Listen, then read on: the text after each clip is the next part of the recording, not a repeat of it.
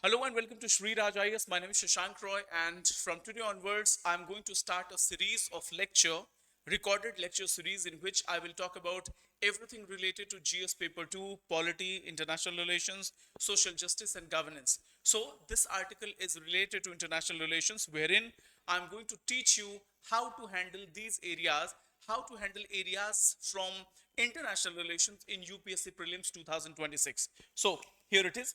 UPSC Special 6 Priority Areas from International Relations for Prelims 2026. Now, before we proceed further, every year UPSC is asking at least 4 to 5 questions, 4 to 6 questions related to mapping or locations. Again, another 2 to 3 questions are related to technology, defense. Again, 2 to 3 questions are coming from free trade agreements or trade related aspects. So approximately, international relations is fetching you approximately at least 10 plus questions. 10 plus question. If you don't trust me, go and look into the UPSC prelims paper of the past 5 years. You will get to know that year after year, the number of questions are rising from international sections, right? So 4 to 6 questions from mapping or location, 2 to 3 questions from technology, defense, or any kind of agreement, 2 to 3 questions from FTA, or 1 or 2 questions coming from United Nation or some kind of international convention or summits where India is either a member or India is a stakeholder, right? So this is it. So keep in mind 10 plus questions. You should be prepared if you are preparing for these sections. The article, the video I'm going to tell you to record 10 plus questions from this section. Okay, so in international relations, the questions on international relations are low-hanging fruits in UPSC prelims examination. The questions in UPSC prelims, the questions from international relations are low-hanging fruit. With just 3 or 2 weeks of consolidated preparation will give you good marks, and that may be a lifesaver for you. So here it is. 6 types of themes questions from international relations are coming every year for the past 5 years. The first one is conflict zone broad based. Conflict zone related questions are coming every year. We all know that the world is burning. We all know that the world is burning. You can see, if you divide the entire world, everywhere you will find conflict. Here, Russia, Ukraine war is going on. Here, you can see Iran and USA plus Israel. Here, again, Israel is fighting with Palestine or Hamas or axis of resistance. Here, China is threatening civilizations or countries in South China Sea or trying to capture Taiwan. United States of America, the world superpower, is threatening to destabilize countries across the globe, be it Greenland, be it Venezuela, be it any other country in the world. So you can see, apart from that, these conflict areas, you will also get to know about the weapon system used by these countries, or the question will be human right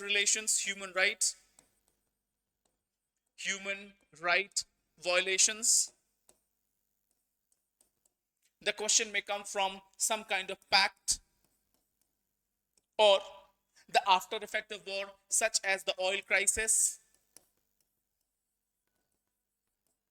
or the question might come from defense technology.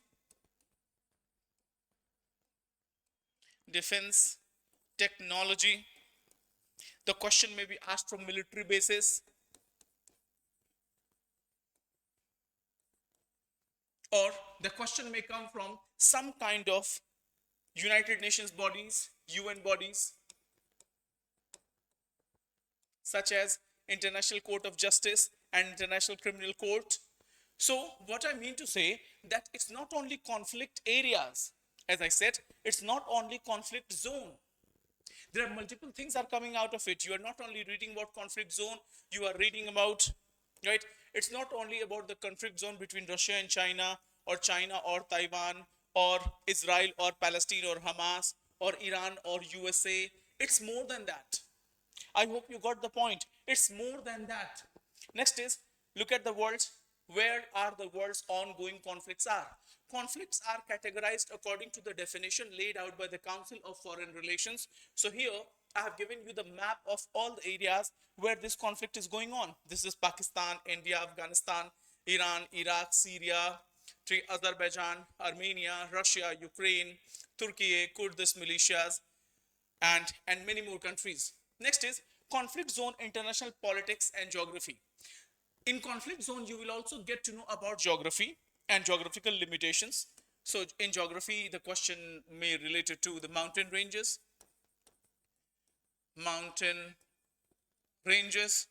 or the countries located around oceans or sea, countries, landlocked countries, or countries who are suffering due to civil war or military coups, such as Sahel region, right? So conflict zone, international political geography. Again, this conflict zone will also talk about supply chain disruptions, or any initiative related to supply chain, such as Pax Silica, right? So here it is. Now look at this one. This is an image this is an image representing Arab League. Arab League is a group of 22 countries. Arab League is a group of 22 countries, mainly located in Middle East and North Africa. These representatives came to India to persuade India to join Pax Silica and Board of Peace.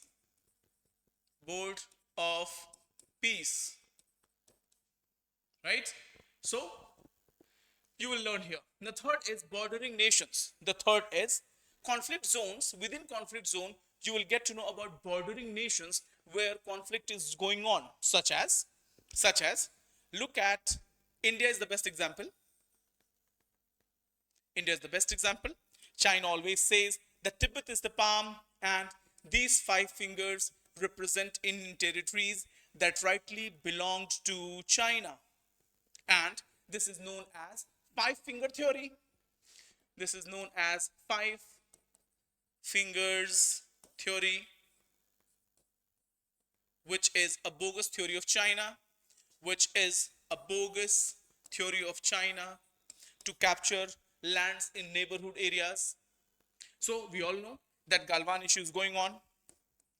We witnessed Galwan issue, and recently Salman Khan is making a movie on Galwan.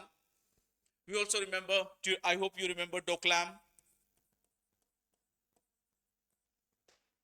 China is making a project in Bangladesh, and that Bangladesh project is related to Tista water, and that is near Siliguri corridor, which is an important connecting point between mainland India and northeastern states. Again, look at Operation Sindoor.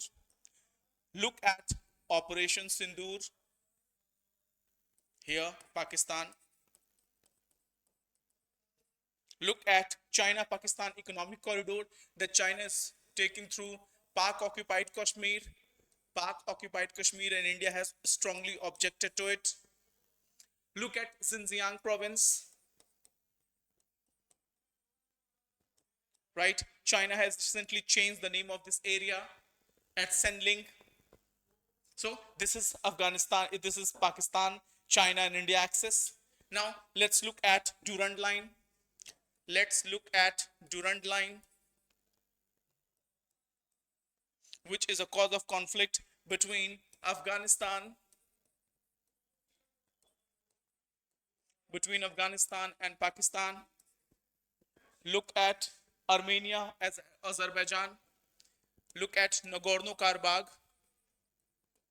Look at Nagorno-Karabakh area, which was the question of UPSC Prelims 2 times, right?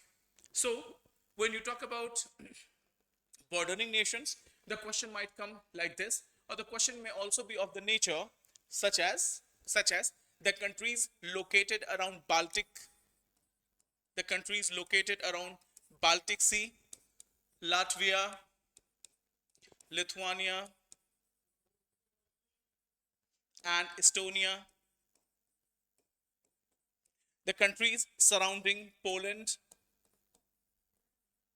Romania,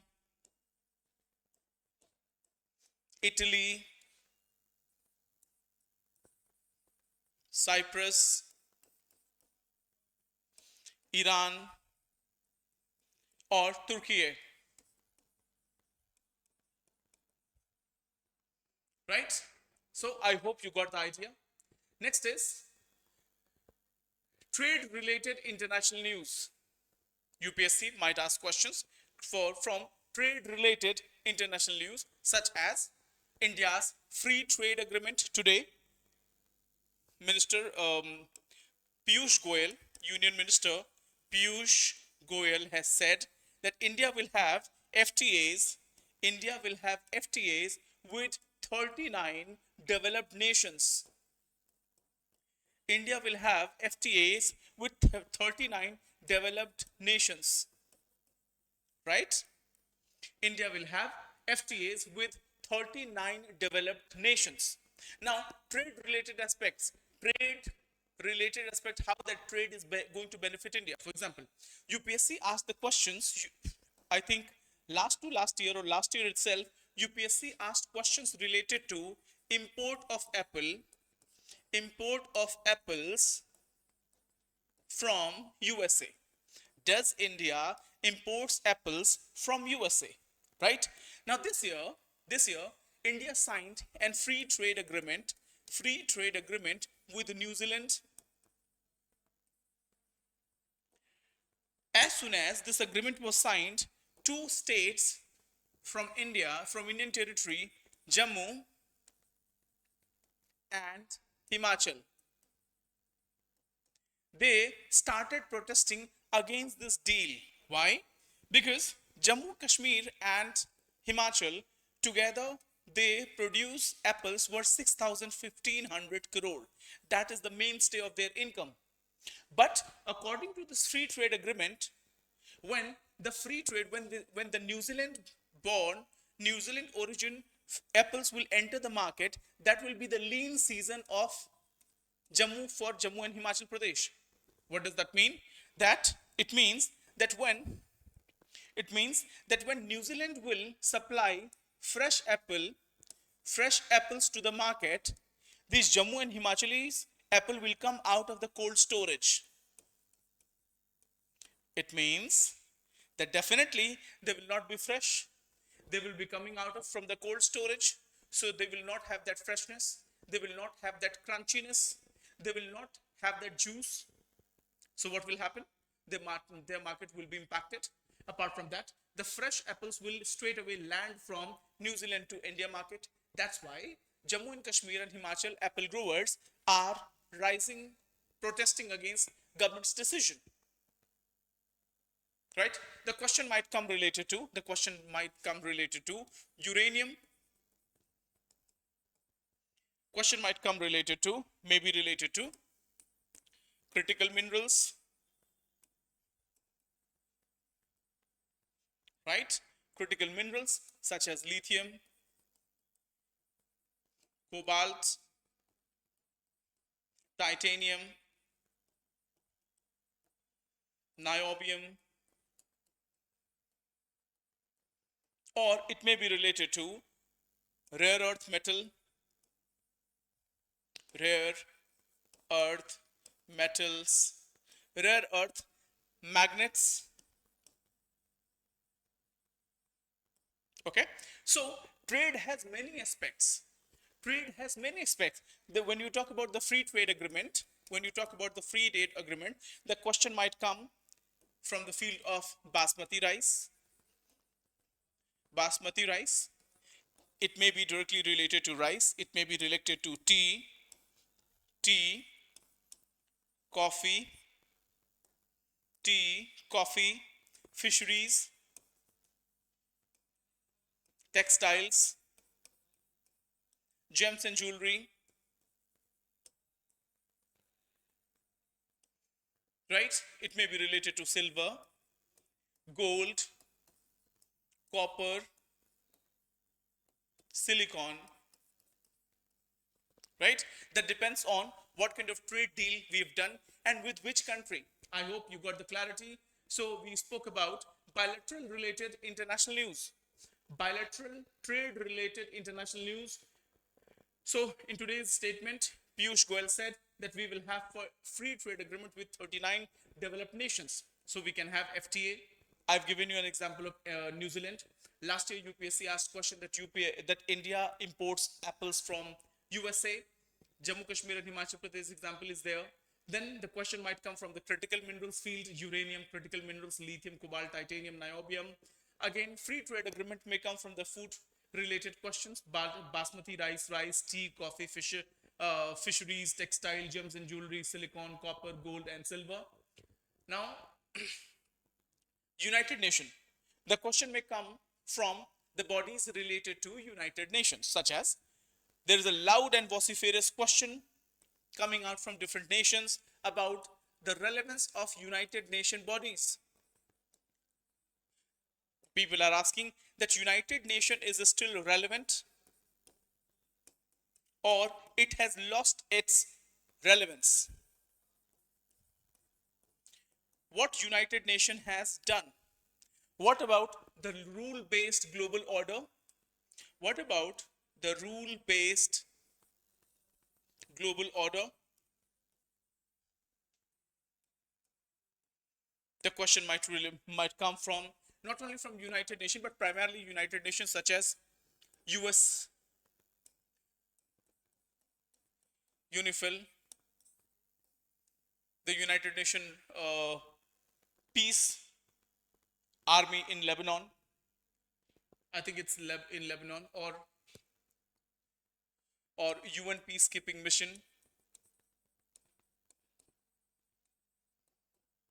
International Court of Justice, International Criminal Court, UNRWA, World Trade Organization, World Health Organization. So questions may come from the United Nations and associated body who work at the apex. Look at this one, World Peace Day, United Nations. Now, important groupings that India is a prominent member of, and in those groupings, India's stake is involved. So, prominent grouping, what those groups are. So, look at. So, for that purpose, divide. Make a globe. Make a globe. Divide the region. Right? Make a globe such as Europe, Russia, China, Southeast Asia, USA plus Canada, and Latin America. Now, divide it into groupings. Divide it into groupings. In this area, talk about Quad. This area, talk about Shanghai Cooperation Organization. Again, Arab League. Talk about Gulf Cooperation Council. Cover this area and talk about OPEC. Right? BRICS. NATO. Right? ASEAN. So remember the regional groupings, especially where India's deeper stakes are involved. When India's deeper stakes are involved, right? So remember these regional groupings, their members, and recent developments, such as Tianjin Declaration, such as Tianjin Declaration, Tianjin Declaration, right? Look at this one, United Nations. So this is it. In this article, we will come up with 6 more videos, and I'm sure through those videos, your concept will be clear. Okay? Till then, wish you a wonderful day ahead. Jai Hind, Jai Bharat.